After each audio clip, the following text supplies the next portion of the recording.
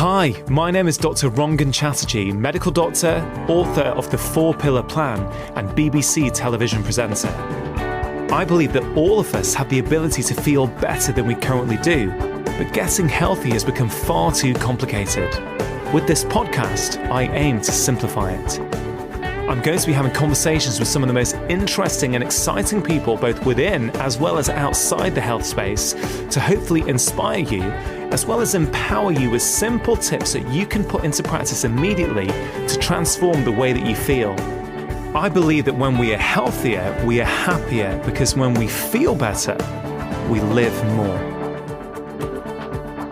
I'm absolutely delighted to welcome onto the podcast today somebody who has got a real expertise in childhood nutrition, in childhood obesity, in child development, and someone with a very, very unique qualification. She is not only a paediatrician, she's also a nutritional therapist. Venita, welcome to the podcast. Thank you, Rangan. Venita, you have got an incredibly specialised qualification set. You're a medical doctor. You work in paediatrics and You have done for about over 20 years now? Over 20 years now. Yeah, but you're also a qualified nutritional therapist. And I'm not sure I know that many people who have got both of those qualifications. For people listening, I met Venita, I'm going to guess now 5 or 6 years ago. I was on my own journey to learn more skills than I got at medical school to help me with my patients. And I'd been on some courses in America. I'd got back to the UK full of enthusiasm.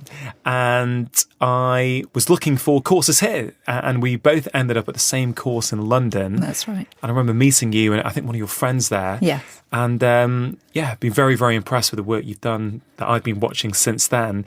So can you tell us, Venita, how did you end up going from paediatrics to nutritional therapy and then back to paediatrics?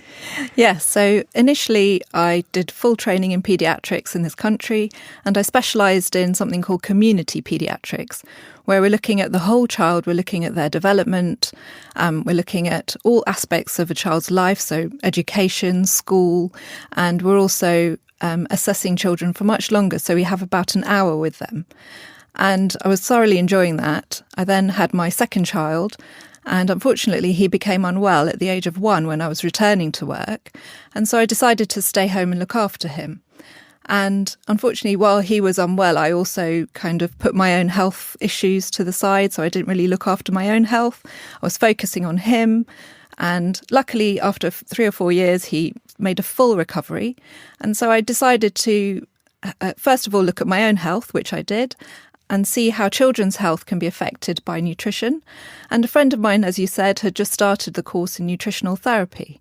And when I looked at her notes and when I saw that there's a lot of science behind it, I realised that this was something I wanted to delve into much deeper. And so I enrolled in the course, and 2 years later were the best 2 years I ever did. And I've never looked back because the information and knowledge which I gained has just transformed my whole approach to paediatrics, to children's health, and to adult health as well. Wow, that's phenomenal. So you started off in paediatrics, looking after kids, and is often a common story with people I've had on the podcast so far. There's often been a personal reason, either with their own health or a family member's health. So you had to, you felt as a mother you had to take some time off and actually look after your son. But during that time that you were saying that you neglected your own health. I did, yes. And did you get sick because of that? I wasn't incredibly sick, but obviously I was feeling tired. I wasn't looking at my own nutrition properly, so just grabbing things when I could. And I realised that this couldn't carry on. So I, first of all, went back into doing some regular exercise, and then that led into eating a bit more healthy. Right. And then you wanted to go back to paediatrics, but instead of doing that, you actually went to a nutritional therapy course. Yes, that's right. So instead of being able to finish my training very quickly, I was faced with the option of doing lots of hospital on-calls, and I didn't feel that I was able to commit to going back to that. So when my friend happened to show me her notes, that really just grabbed me, and that's when I made the decision to start. Wow. So as I say, you're very, very uniquely qualified. You've got this huge background in nutrition now, but also your medical training and your paediatrics training. Yeah. So how has getting an understanding and a qualification in nutritional therapy helps you as a paediatrician? So I've been fortunate to be able to go back into paediatrics. And in fact, certain areas were looking for a community paediatrician who had an interest in nutrition, because I'm sure you are aware that childhood obesity rates are on the increase and certain areas have very high rates. And the area which I was going back to work in had already set up a pilot project. And it was actually a very whole child approach, which I liked. So it was based from mental health, family therapy, and they were looking at the child's resources, the family's resources, to see where and how to help them on their own terms, rather than being didactic and saying, this is what you need to eat and this is what exercise you need to do. They're going to see what can the family manage, what are the barriers to doing it, and actually going into people's homes, going to schools, rather than just calling people to clinics. So it's a very different approach. And I was able to bring my nutritional therapy knowledge into that to say, well, hang on, these families are from diverse backgrounds. Why don't we look at their culture and why don't we look at their traditional diets? Because a lot of them have very healthy traditional diets, but they'd moved away from it, partly because they'd moved to this country and they may have a lack of resources, or just partly a lack of knowledge. And so by supporting them to go back to their traditional diets, which on the whole were eating much more vegetables and foods which they were used to and enjoyed, they actually benefited from that. And the other way that nutritional therapy helps is that you're looking at the root cause of what's going on with the child, rather than just giving some symptom relief. So if a child presents with constipation, yes, of course, we're going to say, okay, they need more fibre, they need more fluid, but then going back a stage to say, is there an underlying cause to that? So that's really where it helped me. Wow. So Venita, just so everyone's clear, you work in London. I do, yes. And you work as a community paediatrician. So yes. You're not in the hospital. No, we're not based in the hospital. You're out with people in their homes, you're saying? We are based in a child development centre, but my team, which consists of a dietitian, a fitness specialist and a family therapist, are able to go and visit families in their homes.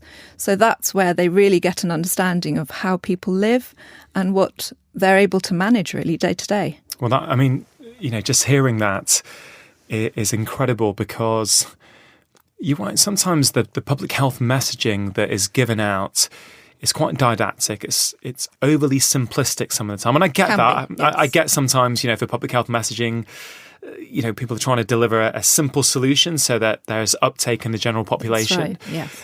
But often that simple solution isn't working for people. Yes. And actually something you just said really, really on one level deeply resonated with me. And I've done some BBC documentaries before, mm-hmm. and in the last series of Doctor in the House, I had a childhood obesity case, right. and it was in a family's house in North London, mm-hmm. and these guys were trying to do what they thought they were meant to do, eat relatively healthily and be active. Yeah.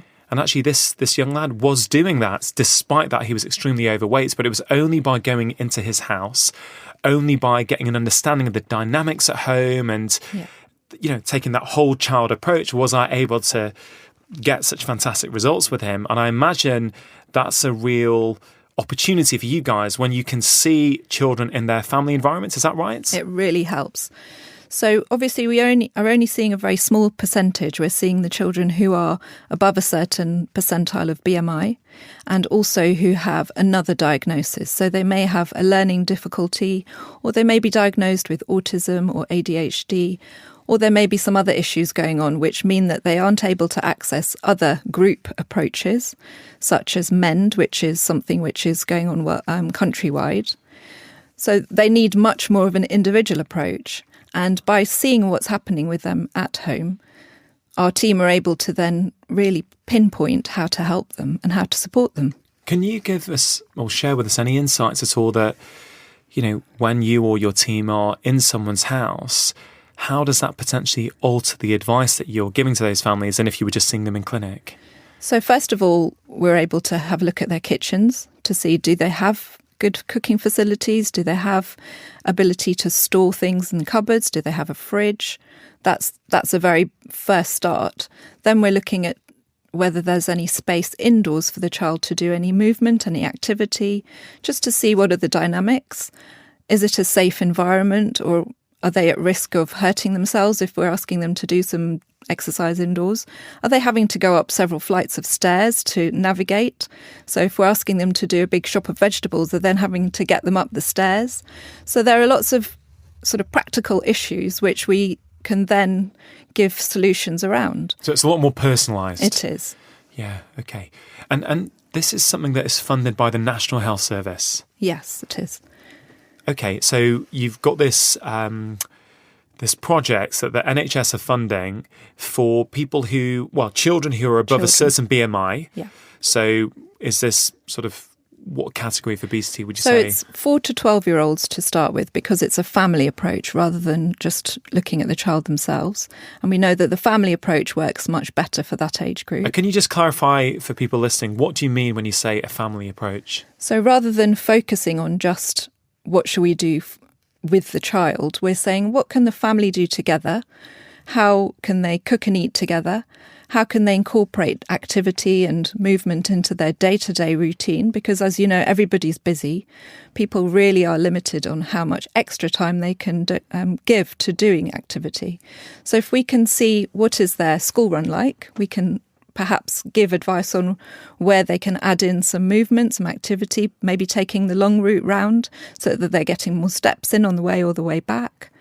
And rather than just saying, okay, you need to move this much every day, you're saying, this is what's practical for you. Let's start at this stage, and then we can build on that. Yeah.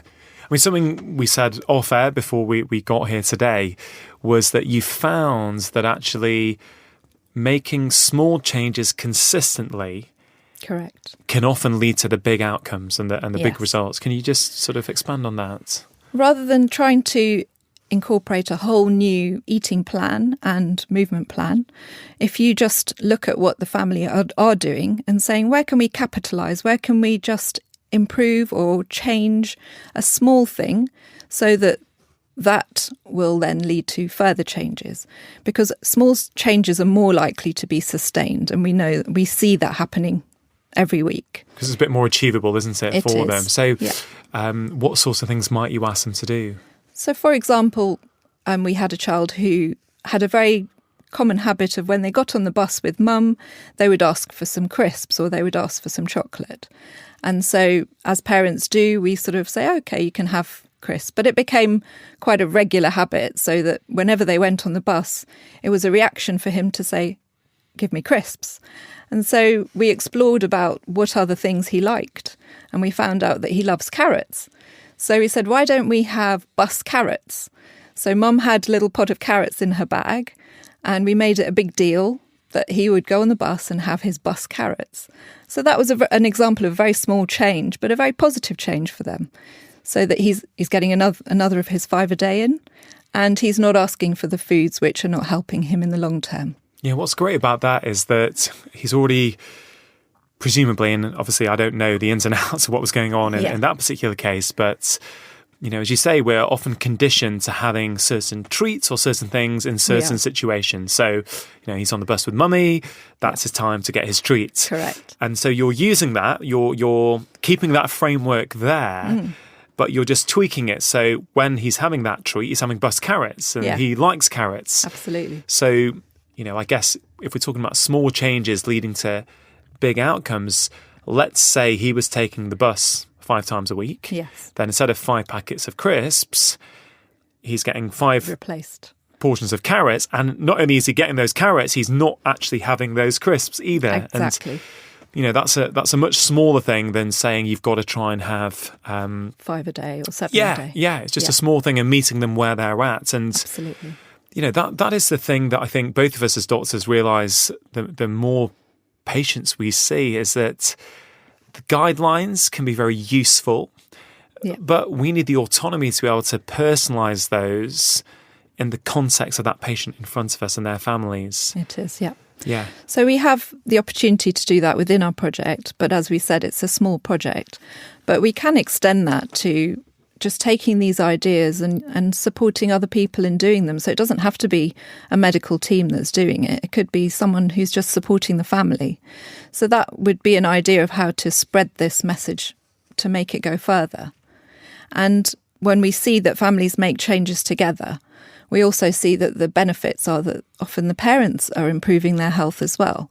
And that can only have a good effect for the child. Yeah. So parents often do reduce their weight when their child comes to our project. And they're feeling much better, they're looking much better. They can't say, much more than that they're so happy. Yeah. Their child is happy and they're happy. Yeah, I love this whole family approach because, whether we're talking about adults or children, but particularly children, I'd guess, it's very hard to make behavioural change in isolation. Yeah. And when I'm dealing with adult patients, I often say, look, let's say the mother is in with me for something and I want them to make some changes.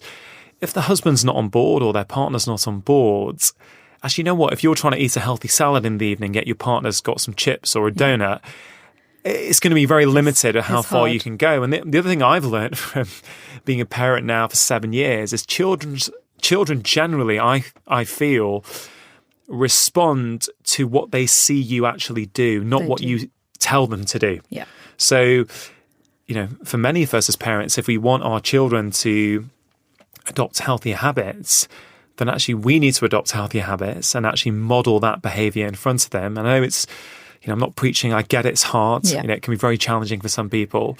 But that's certainly something that me as a father, we very much prioritise involving our kids in the conversation about food, in the chopping of vegetables. Yeah. My daughter's just turned 5, but she's chopping mushrooms for us, several times a week. I think actually, there's an argument, at what age are they safe to use a knife? Yeah. But, I don't know, in the context of my own home, I kind of feel that, children are pretty smart. You teach them, they learn pretty quickly. They can do this stuff. Yeah. I don't know. What do you do as a mother? Well, definitely what we do is, and what they see is what they become. So children become their parents. We become our parents. We know that. And it's what they're being exposed to in the home environment is what they're seeing. And particularly in the first few years of life, that's all they're seeing. So whatever you're doing, they're watching you. Be careful. Whatever we say, they copy. They use our words. They copy our actions. So it is really important for us to think, are we spending a lot of time on our phone while we're eating? Because that's what we're going to be showing our children. That is, for me, that's an absolute cast iron, don't break rule at home. At the dinner table, no one's on their phone. That's good. Like myself is not, my wife's not, and I'm... In fact, it winds me up if people are on their phone at my dinner table around, because I just... rightly or wrongly, I'm trying to protect my kids from that. Yeah. I don't know if I'm, as parents, we're all trying to do the best that we can, right? I don't know if this will result in the outcome that I want. I really don't know, but... Well, every parent just wants a healthy and happy child at the end of the day. That is our first wish for our children. And if we realise that what we're doing and what we're showing them is having such a huge effect, then that will change how they respond to us and how they respond to the world. Yeah, so definitely. We're teaching them how to respond to cues as well. Yeah, absolutely. I wonder, as part of this project that you're involved with, Venita, are you seeing families from, poorer families and from lower socioeconomic groups? Is that fair to say? It is fair to say. So in the area that I work, which is Lambeth, we have a hugely diverse population, and there are large areas of deprivation. So we're seeing families who are facing financial issues, social issues, and they're not able to come out from that so easily. So by supporting them through that, we're actually helping them in many more ways rather than just with the health of their child. Yeah, absolutely. Is your approach for those families different from more affluent families? I wouldn't necessarily say so. It may be that we need to make more home visits for those families because it's hard for them to actually even come to a clinic. But the approach and the advice is actually quite similar. Yes, with more affluent families, they have more access to things. So we're just pointing them in the direction of perhaps your child would enjoy doing this after-school club, whereas for other families, they may not be able to afford the after-school club. So in that way, we're slightly different in that we're just pointing and directing people. But for the families who are able to, yes, they can access things. But for the families who aren't, there are lots of things they can access for free. So we're lucky in our borough that where they can do that. So Venita, we're here in 2018, and the last time I checked the statistics, 1 in 5 children, when they start primary school, are either overweight or obese. And by the time they leave primary to start secondary school at the age of 11, 1 in 3 are either overweight or obese. Now, that is shocking. That is worrying. Can we beat the childhood obesity epidemic? It certainly needs a long-term approach, and that's what's been missing to date. And it is very difficult to have a public health approach which works for everyone. Yeah. However, there are so many fantastic projects which are running, which individually, if they came together, would actually create a sustained and long-term benefit for all of these types of families. So possible, but we need a longer-term strategy. Yeah. And support the projects which are already running. So there are lots of small individual voluntary agencies and charities which are doing such great work with children. There are community kitchens where they're inviting families to come and cook and to learn basic recipes. However, they're all struggling financially. And so just by supporting them, giving them that boost, we will be able to help so many more families. People hear health messaging all the time on the news, on the radio. What is the difficulty in actually hearing that messaging and converting it into action? What do you commonly see? Yeah. So often people know what they should be doing, but it's the translation of that into behavioural change, which is where the barriers are. And the barriers could be all sorts of different barriers. It could be just a practical barrier that they don't actually know what does that translate to having on my plate. So just by showing them a very simple plate of how the proportions of vegetables and fruits should be to other foods, that can help a family transform their diet.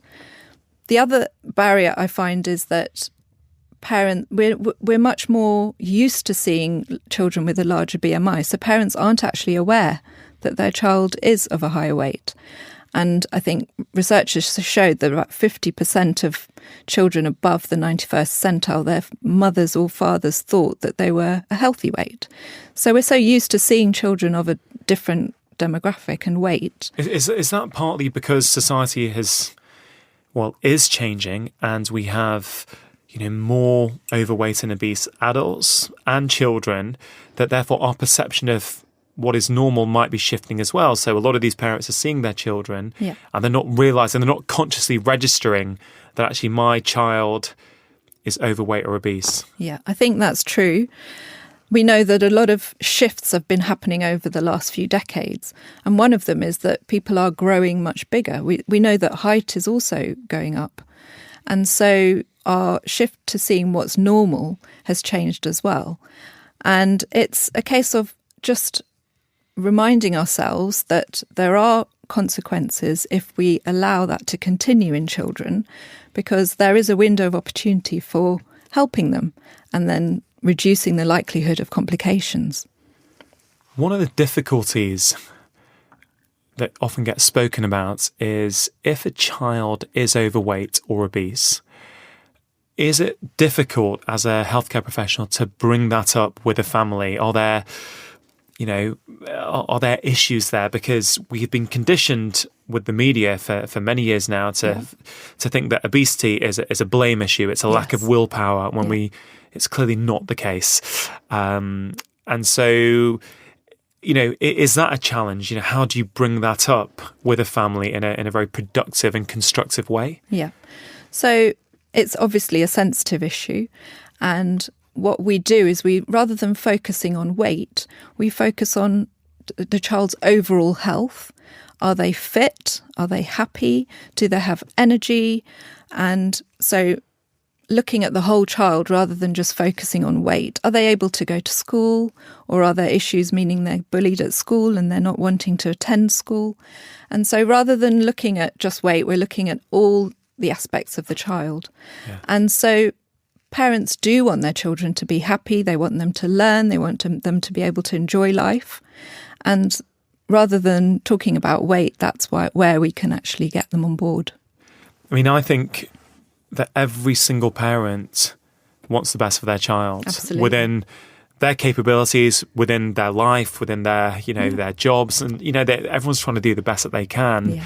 And I think how we bring this up with people makes a huge difference. It certainly does. Because, ultimately, I think parents would welcome the help if it's done in a kind, compassionate and helpful way. Yes. Rather than someone being told off for what they're not doing with their child. Exactly. And you mentioned bullying there as one thing. I mean, if a child is being bullied at school and they've got that emotional pain to be dealing with, like just the same with adults, often we turn to food to sort of numb and feed that emotional pain. Yeah. And, just telling that child that 5 a day is really important, it's not going to it's just going to almost be on deaf ears, right? Because the food is serving a different role. That's right.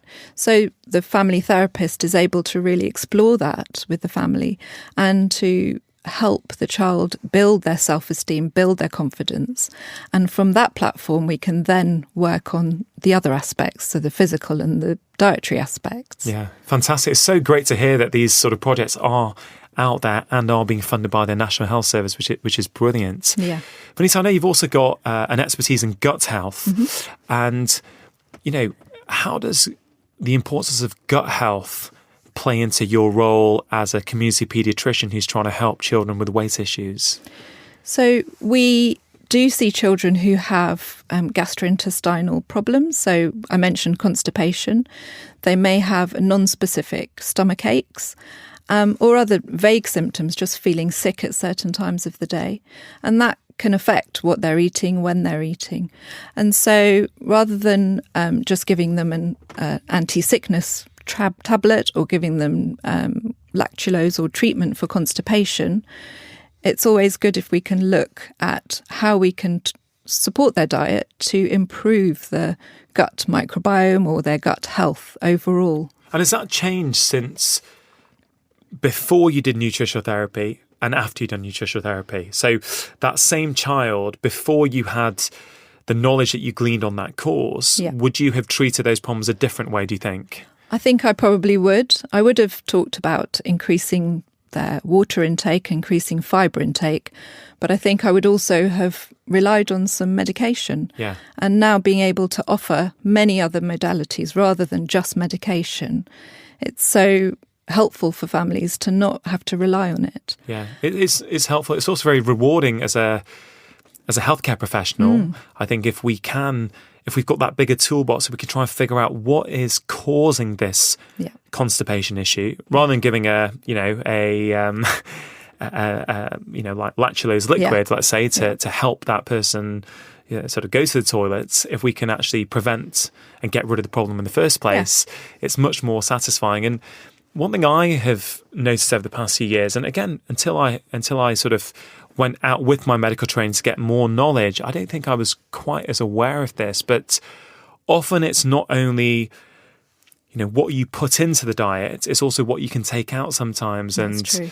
I see a lot of patients, particularly when I'm seeing patients of different ethnicities, it is not uncommon to see people who, let's say, don't tolerate dairy very well, but they've never considered a trial without. And sometimes, not all the time, but sometimes I've seen constipation issues completely resolve when, a child eliminates dairy for a period of time. And then, clearly at that point, then they can have a conversation with a nutritional professional if necessary to work out how they can go forward with their diet if it doesn't contain dairy. Yes. But, certainly for me, that was a big change from my conventional medical training, but then before I sort of went out with to get some more skills. Yeah. The barrier to changing children's diet is that children can be fussy about what they want to eat, and they can have quite a limited number of foods, and that's a really big difficulty for parents. So we're sitting here saying you have to eat this number of vegetables, but their child isn't even eating one vegetable. So what we can do is then explain and support parents into how to very, very gradually increase that. And it's all about very tiny exposures and doing it often. The actual window of opportunity for children to get their food taste preference is very, very early. And I think that we didn't know this until recently, how early. So most people wean at around 6 months.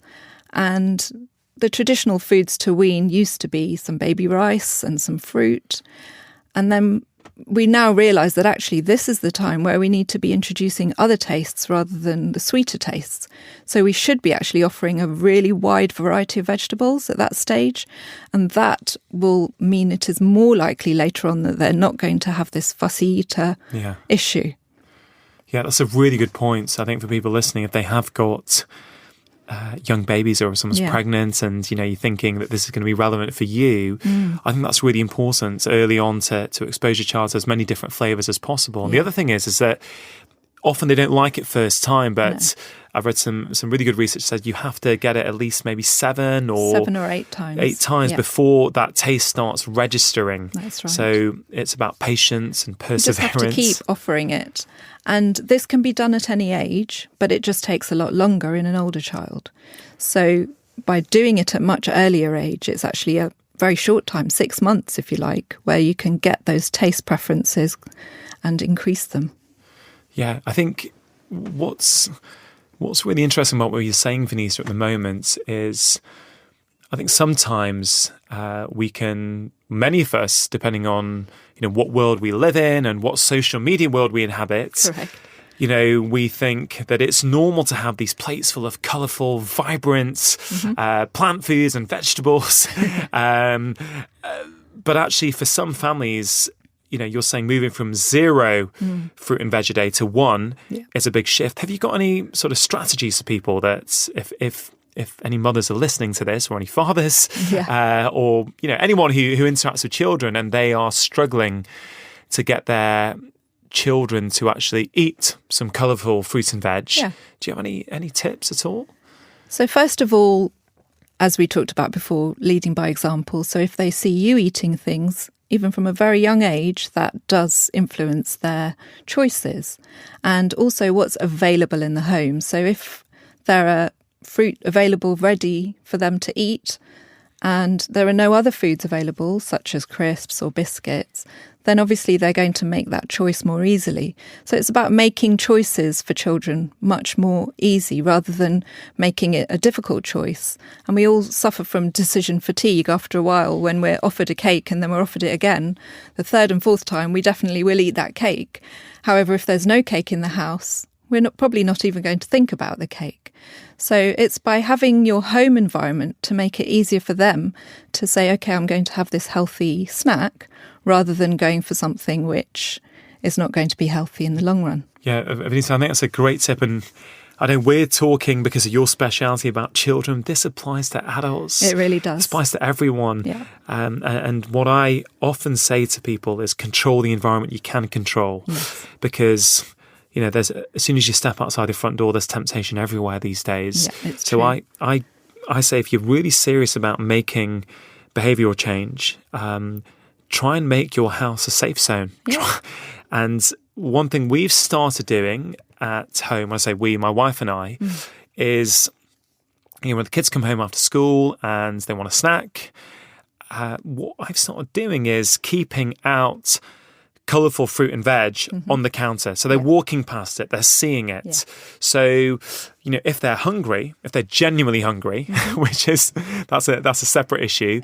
Actually, if there isn't anything else and that's there, ultimately, you do that day after day, that's what they're going to have. That's right. And that's what they'll then start getting used to having. If you ask most parents, when is your child most hungry? It's at the end of school. So between finishing school and getting home, that's when they're the most hungry. So depending on your school run, how you're picking them up, have those healthy snacks with you and offer them first. That they are actually going to eat them at that stage because they're so hungry. And then later on, they'll have less hunger for the other foods. And it could be that you're in the car, it could be that you're on the bus, as we talked about, or it could be that when you get home, the first thing they're eating, as you said, are those healthier options. Yeah, that's a great tip. Do you find that some families say to you and your team, look, we want to make healthy food choices, but, I send my kids to school and there's all this junk available at school and actually there's only so much I can do because that's what they're being exposed to and that's what they want. Is that something that your team hear much about? We do hear parents talking about school as being one of the main areas where they can't really control. And so what we say to them is actually that's only 5 meals out of your week. So you're having 3 meals a day. If you're having one of them at lunch at school and they may be having a main meal, a hot meal, followed by a pudding, that's actually probably okay. And schools are trying as hard as they can within their resources to offer healthier main meals at lunchtime. And so you'll probably find if you look at menus across the country, they are changing, they are improving. And that one meal, if they're eating a certain amount of sugar at that stage, it's actually probably going to fuel them for the rest of the afternoon, particularly if they're doing something like sports. So we shouldn't get too worried or worked up about what they're having at school. Yes, it changes once they become a certain age. So once they're past 11 and they go into secondary school, that's a whole other ballgame because they have their own choices, they have their own money, and they have access to eating all sorts of foods, depending on where their school is and what their school offers. So we're talking about the primary age children where families and parents have a lot more influence. Yeah, Venita, it's a really interesting perspective. And I think it's very important for us to remember that you're there in the trenches working with children with, children who are wanting help with their weight, and they might have some quite challenging circumstances around that.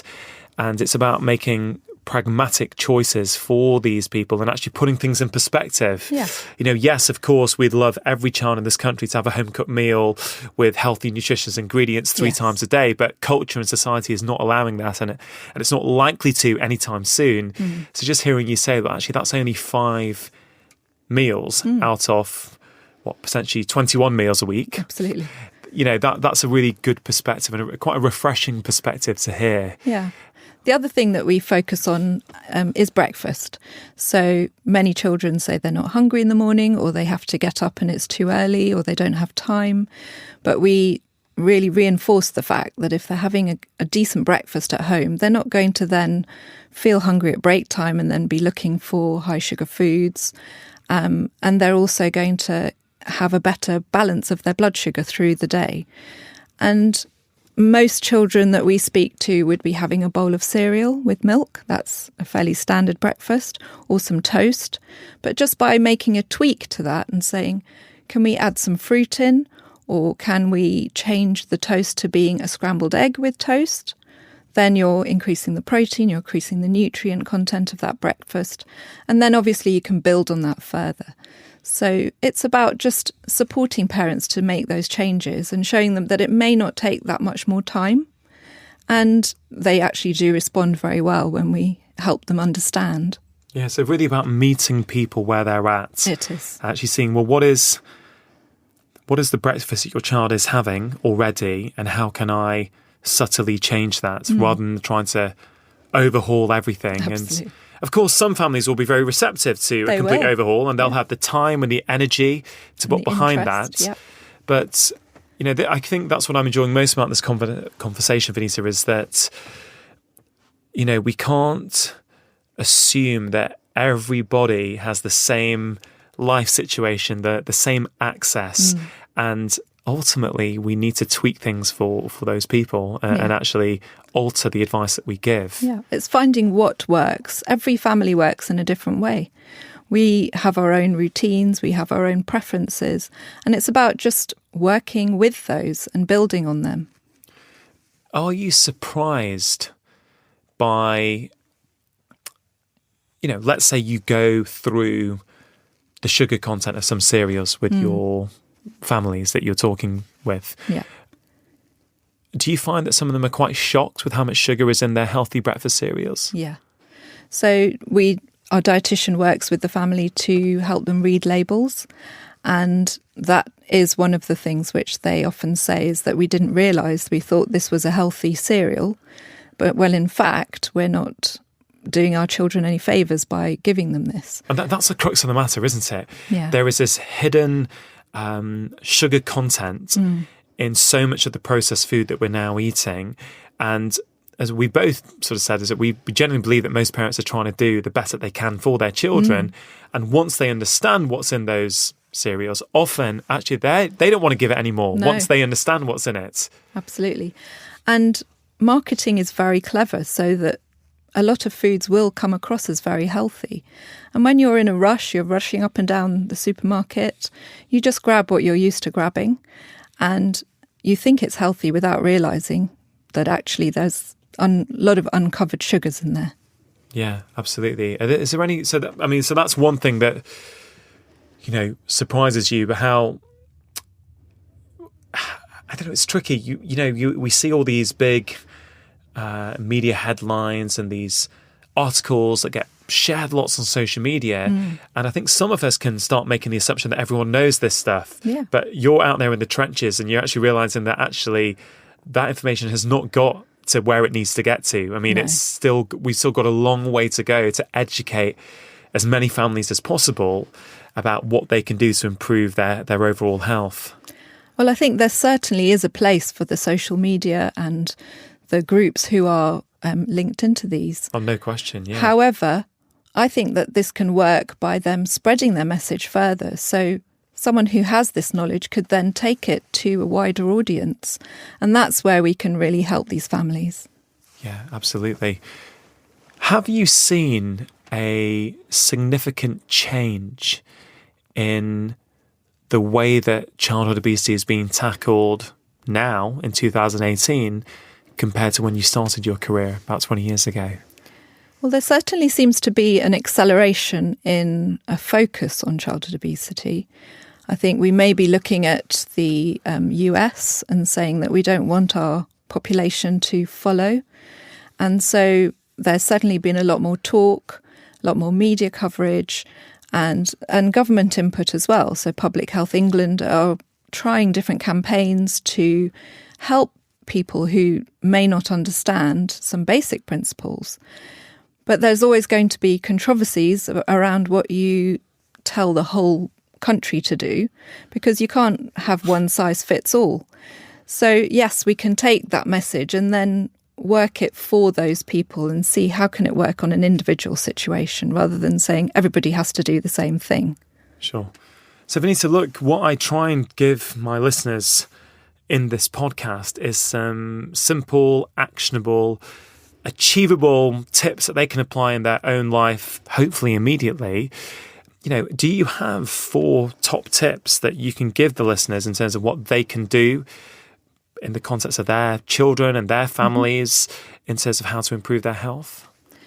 Yes, I would say that there are sort of 4 things which I could group together, which help children to increase how much they're eating in terms of vegetables and how they're getting involved with cooking.